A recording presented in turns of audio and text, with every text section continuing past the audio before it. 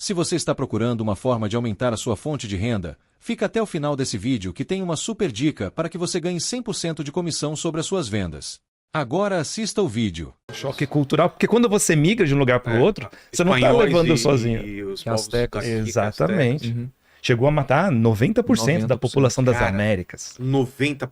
90%. Essa é, inclusive, uma das maiores pandemias da história. E é uma das menos registradas, porque você não tinha uma cultura de registro histórico nessa época, nesses povos.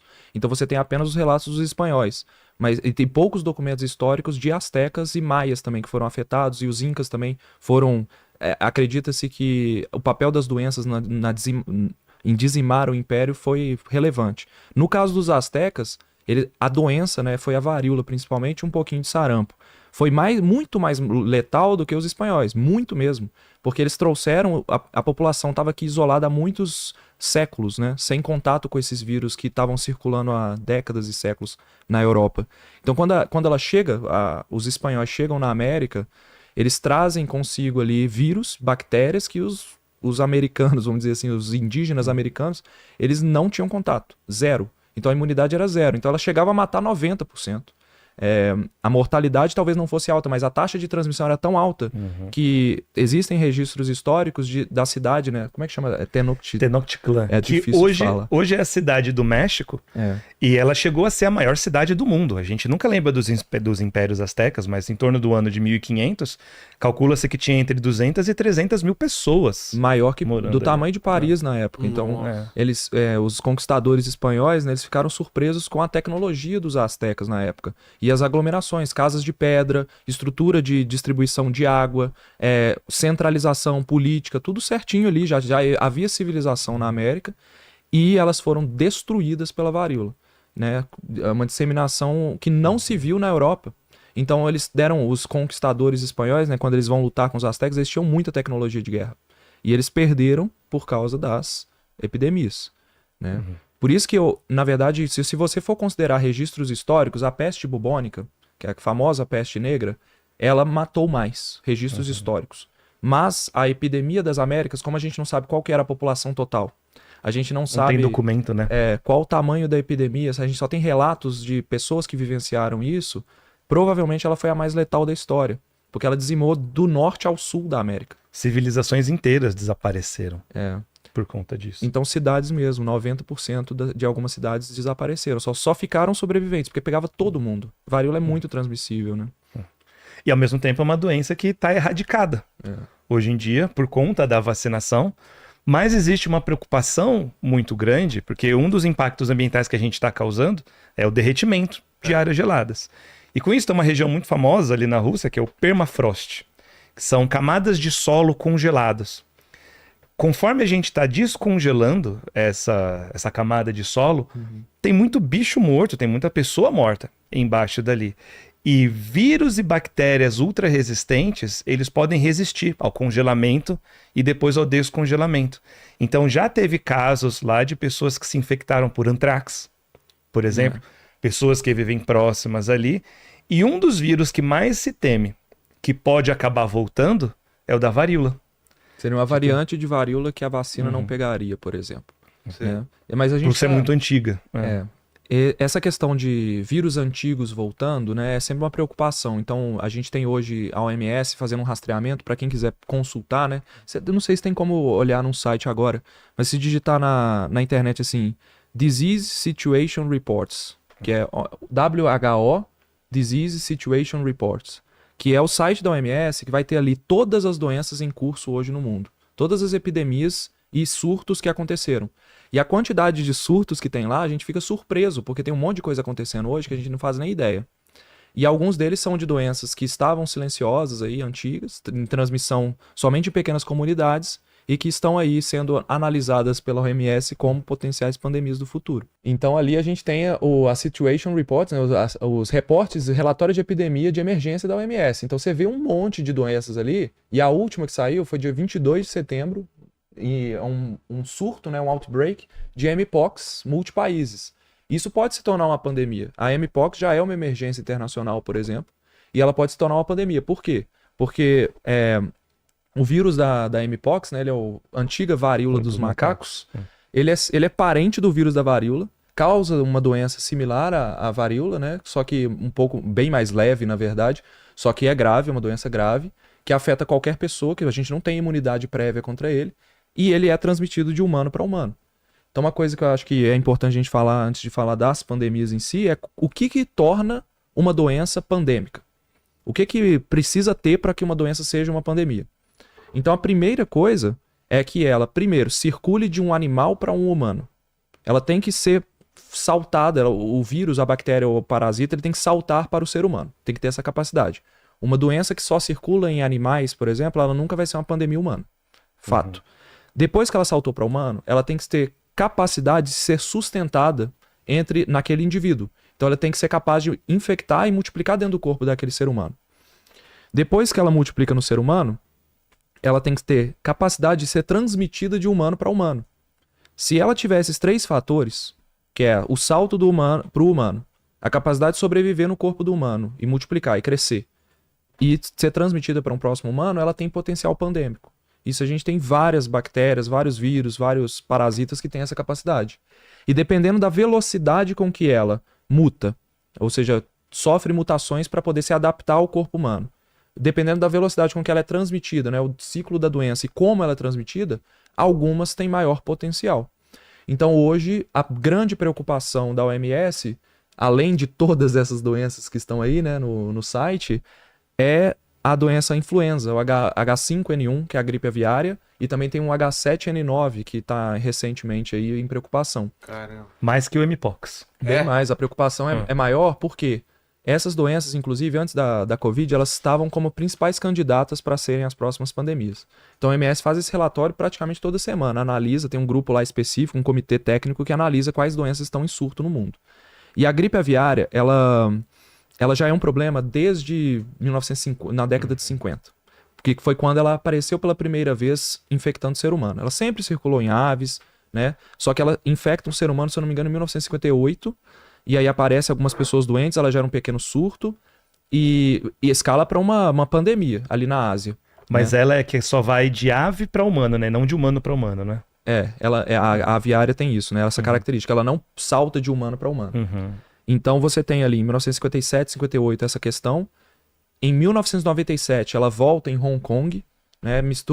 Tem uma questão dela misturar com o vírus do porco, porque o influenza, né? Ele é um vírus que ele ataca o porco, ataca o ser humano e ataca aves também. Tem vários tipos de influenza. E nessa mistura, como o porco também é um mamífero, um animal próximo do ser humano, o vírus entra no porco, ele faz as mutações dele ali, ele mistura com o vírus humano e produz um vírus híbrido, um vírus que é uma quimera, um vírus que é uma mistura de vírus aviário com vírus de porco. E isso facilita muito ele ser transmitido para ser humano. Então o vírus da ave ser transmitido para o ser humano, né? Então ela já é um problema desde 1950, 97, você teve uma outra epidemia em Hong Kong. Você tem agora essa questão de encontrarem animais mamíferos mortos por gripe aviária. Então começou no Peru há 2 anos atrás, você teve os leões marinhos, agora tem criadores de aves morrendo no mundo, assim, espalhados. Então a OMS ela tá vendo os casos pipocando. E agora começaram a ter casos de humano para humano da gripe aviária. Os primeiros registros de humano para humano, só que eles são entre criadores de aves e os seus filhos e esposas ou maridos, né? São as pessoas que estão mais próximas ali.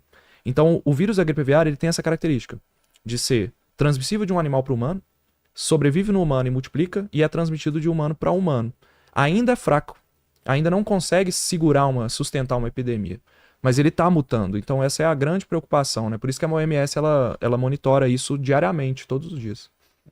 E a gente tem também o perigo dos vírus que estão em laboratórios guardados a 7 chaves, que são as cepas lá de coisas bem perigosas. Inclusive, né? de coisas que de varíola, por exemplo. De varíola. O vírus foi erradicado na natureza, mas ele ainda existe em laboratório, né? Que para os laboratórios trabalhar.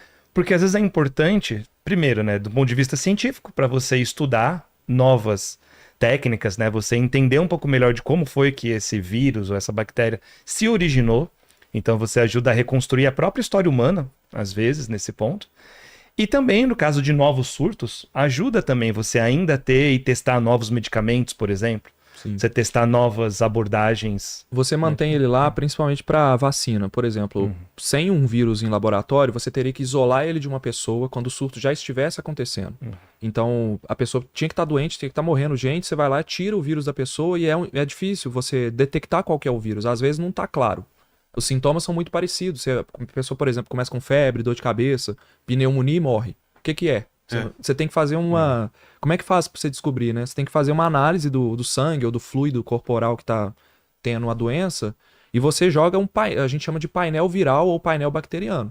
É uma análise igualzinha aquele teste de Covid que a gente fazia no cotonete. Você tira a amostra, coloca para detectar todos os DNAs que estão ali, DNA e RNA.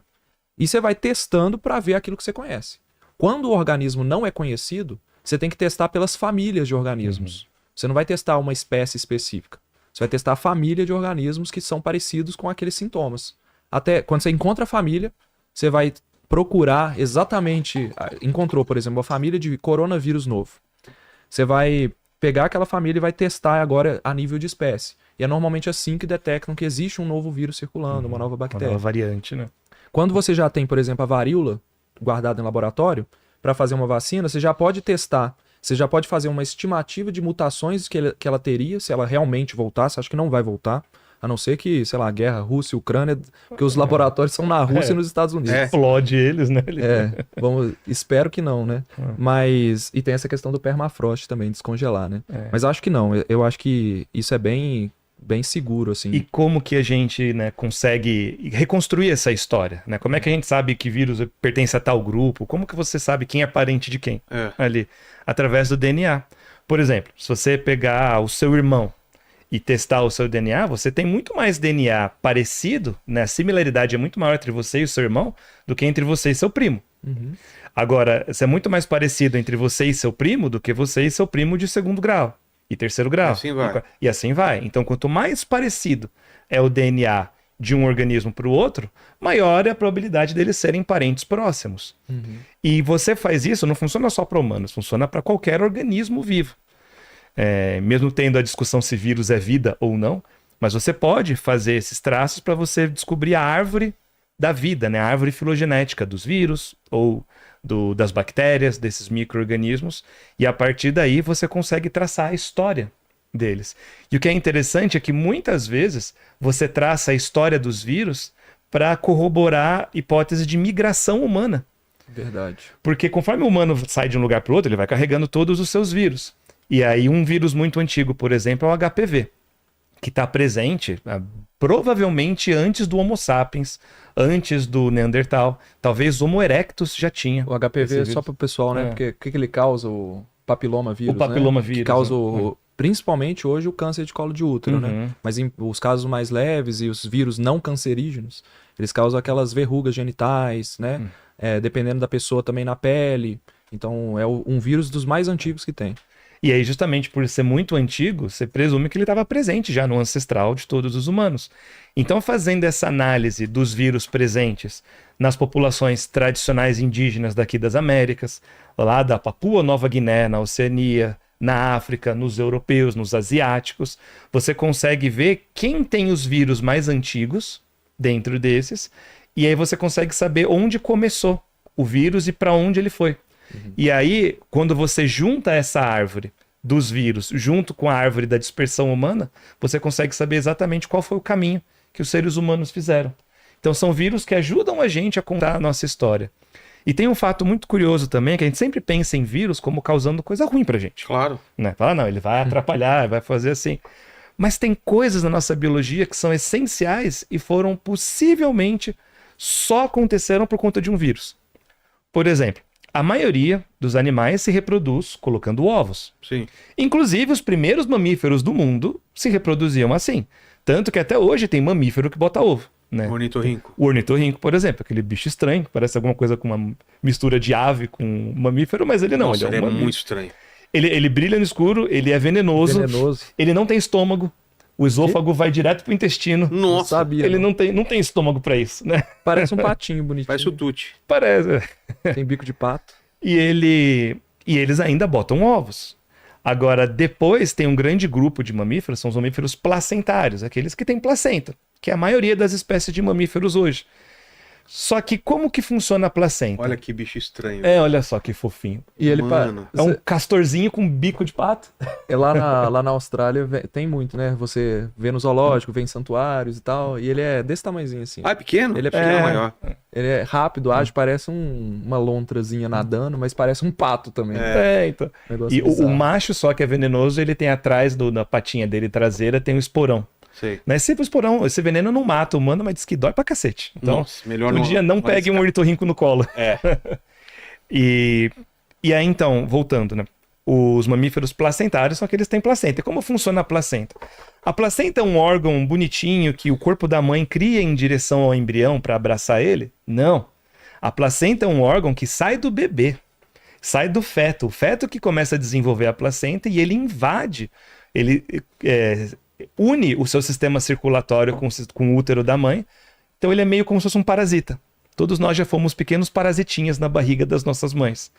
E o que acontece? Em muitos casos pode ocorrer, o corpo da mãe pode identificar o corpo do feto como algo estranho e acabar atacando ele. Para evitar com que isso aconteça, os fetos normalmente produzem proteínas que diminuem a resposta imune das mães. Por isso que grávidas têm um sistema imunológico mais baqueado, né? Menos sensível a algumas questões. Tem que tomar cuidado, né? Pode ficar doente mais fácil, por exemplo. Quem produz isso, quem baixa o sistema imune é o feto. E hoje em dia, a gente sequenciando quais são os genes do feto que causam isso, a nossa principal hipótese é que eles vieram a partir de vírus. Que foram vírus que lá no passado atacavam o sistema imune, fazendo o sistema imune provavelmente retrovírus, fazendo o sistema imune diminuir a sua resposta. Eventualmente eles acabaram sendo incorporados no nosso genoma e hoje só é possível ter uma gestação no corpo, dentro da barriga da mãe, da fêmea, por conta de um vírus. Foi um vírus que mudou completamente a história da evolução, não só humana, mas de todos os mamíferos. E foi uma estratégia que foi tão boa que hoje a maioria esmagadora dos mamíferos tem bebezinhos, dão à luz. Qual que é a vantagem? Você garante a sobrevivência dele, está no seu corpo. Ele só vai sair de uma forma mais pronta para viver na natureza, né? Tirando o humano que nasce completamente despreparado. Mas tipo, o cachorro em uma semana começa a andar, a correr, já abriu os olhos, né? Cavalo, elefante, nasce e tipo, daqui a alguns dias ele já está mais apto para sobreviver. A gente aqui demora muito. Mas olha só que coisa, né? Só foi possível, provavelmente, por conta de uma infecção viral. Se chegou até o final do vídeo, você acaba de ganhar um presente para te ajudar a gerar mais renda no mês. O que me diria de ter forma de gerar renda que realmente faça diferença na sua vida? Pare de depender de terceiros e comece a ganhar 100% de comissão com seus próprios produtos. Clique no primeiro link da bio e comece hoje mesmo.